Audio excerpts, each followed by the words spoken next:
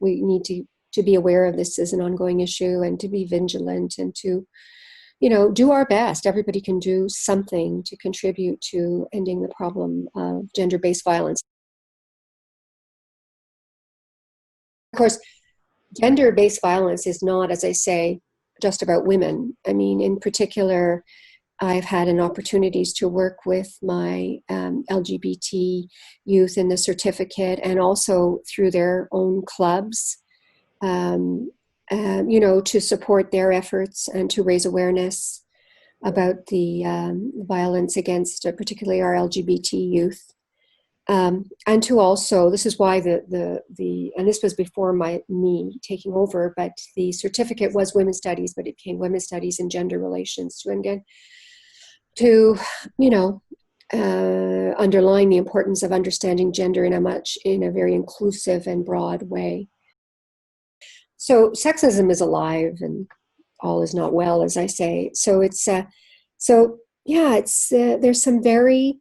there's some great resources out there that really, I hope, educate and don't alienate. And, I guess it's a fear people have that somehow, and I do something like, and this is on, it's called the Privilege Walk.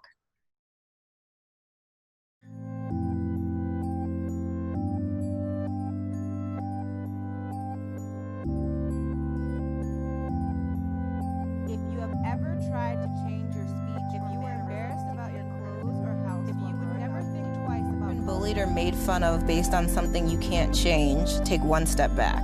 If you get time off for your religious holidays, take one step forward.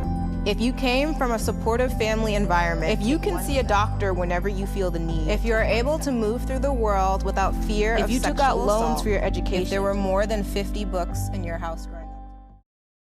Do that with students, and then the flower power, where they look at the dominant groups in society and where they are situated, and just to sort of, I try to get at it from that point of view and say feminism is in a sense an analysis of power, and so when you, with this petal, they're like, it's a daisy with two layers, and if you have all the same colors, it looks as it shows that you are aligned with a lot of power. You have power. And if you have a lot of mixed colors, it's because you're dealing with racism, you're dealing with heterosexism, you're dealing with problems and challenges because you're not Caucasian or whatever. You're dealing with all these things. And so at the end, it says, well, look at your power. And if you have a lot of similar colors, what are you doing with that power? And if you don't, well, if you find your life is hard, it's because you're dealing with all these structural barriers. So trying to help people understand that feminism is about rethinking power, and power that is not used over persons, but our power that is used to empower others.